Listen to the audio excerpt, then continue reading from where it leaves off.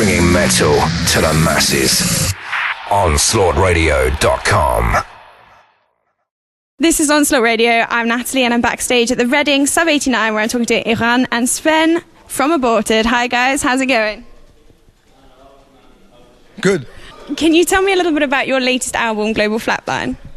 It's death metal. It's heavy. It's, no, seriously, we recorded that at Jacob Hansen's for about like 3 weeks of intense work. We've been like working around the clock. Our drummer finishes shit in like 2 days and four. It was 2.5. 4. It was setting up. 4. I'm a liar. Maybe you take this one, Sven. 4 days of drums and about the same in vocals, bass. I don't know, some nights, and then the guitars. I don't know. What do you think? We worked pretty hard on that thing and just tying in all the pieces. It was awesome to be in that fucking place up on the coast of Denmark. Crazy animals all around. Like there was a fucking camel right outside the fucking studio. A bunch of wallabies and donkeys and shit. It was awesome. Assholes. A bunch of 5 assholes. And we would ride the bike every day through the fields. It was pretty fucking gorgeous there. And it's I guess this record is kind of like revisiting the old territories of Aborted, just like raw extreme death metal, but then again taking what the later days of Aborted were of like experimenting with other forms of extreme music, getting some more hardcore tones, some sludge tones, even some punk rock, and just trying to make a real death metal album that's not going to be boring. Punk rock? Punk rock,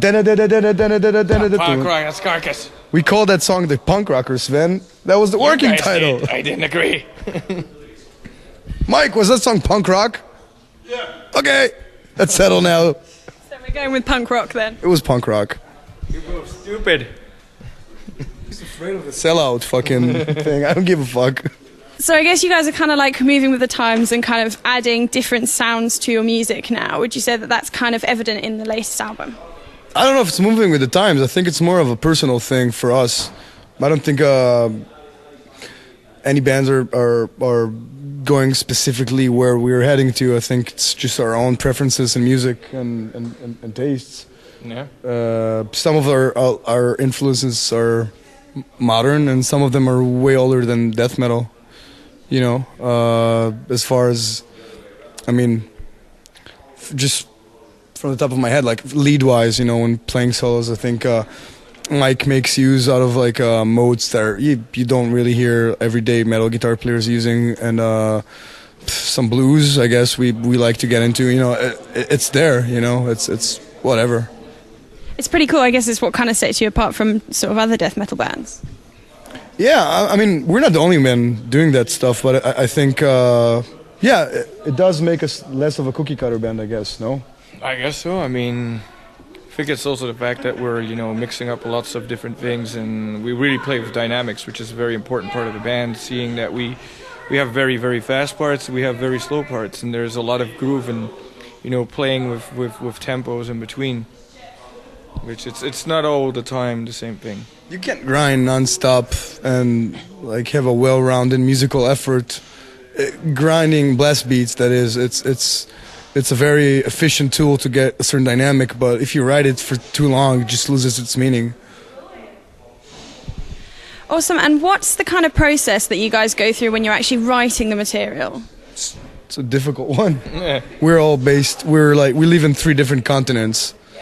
So it's a lot of Dropbox plug, and just everybody would like record his ideas, like demo them back home, upload them. People will like add on their stuff, add some comments and whatever.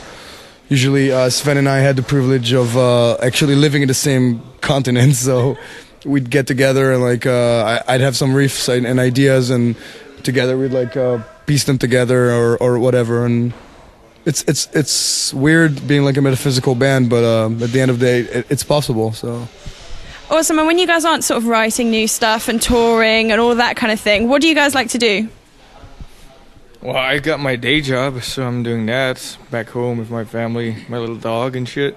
Just relaxing, you know, doing something completely different, which is, I think, a good thing for everybody as well, because it gives you some distance to appreciate both sides. You appreciate it when you're home, and you also appreciate it when you're on the road, because I think if we'd be on the road for like a year, that'd probably kill myself or something. I like playing my guitar and being with my girlfriend, just doing whatever and reading and seeing shit, looking at stuff, smelling, hearing. Just enjoying general green when you're out of cities and towns. Yeah, that's always nice. Yeah, it is. Play video games. That's what our drummer does. He plays. Right, so he's a gamer. Oh yeah. Ho ho! And what would you say is your favourite track to perform live from the latest album? I like all three of them actually. I don't know if they're different. They're still different. Yeah, it's hard to tell. We only play up to 3 or 5 songs off of it live now, so we don't know how the others would go live yet, because we haven't tried them out, so it's hard to say. Yeah, we play 5. I'm sorry. There's 2 songs that we've been playing before because they were in coronary reconstruction, but they're always on. Those 2 are like way tight now, so I like playing those, like coronary and tepid whiff. Very effective. Origin of Disease is pretty fresh, so I like that. You know, just kind of like it's still a challenge to get like tight and perfect. Like I like go crazy. I don't go as crazy as I go on the older ones on it, but it's nice to play that one. Our drummer wrote that one. It's a bitch to play, and like Expurgation Euphoria. It's something we've never done in Aborted before. Live. Yeah, it's getting used to too. It's getting used to, but it's heavy. It's cool. And what would you say has been kind of as a band, has been sort of the best moment for you guys? Has there been like a standout tour or a massive festival or?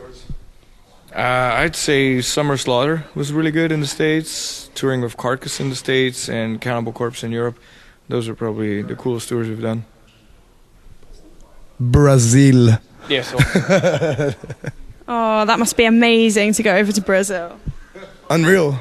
We've been talking about this, I think, in each interview we've been doing ever since we did that tour like last week, and it's sick as fuck. That's fair though. If it's quite a massive thing for you, then why not talk about it? It's just like, it's unlike anything I've ever seen before in my life. It's the first time I've been south of the equator. Most of us have. Okay. And it's just gorgeous there, and people are extremely lively. Food is amazing. You get treated really well. It's gorgeous. We went there like in this. It's fucking winter here, or maybe like death winter, but there it's like the heart of summer, and it's just great. Well, I grew up in South Africa, so I know what it's like to go south of the equator, and suddenly there's this thing called the sun that we never see. You guys have it raw here. Yeah. We do. The grey UK. Not good. What have you guys got planned for sort of the rest of this year? Well, let's see what's on the menu. We go to the States in April, May. Neurotic Death Fest. Then we have a summer tour that I can't really disclose yet, but we're going to be around Europe in the summer, doing some festivals as well. And then again to the US after summer.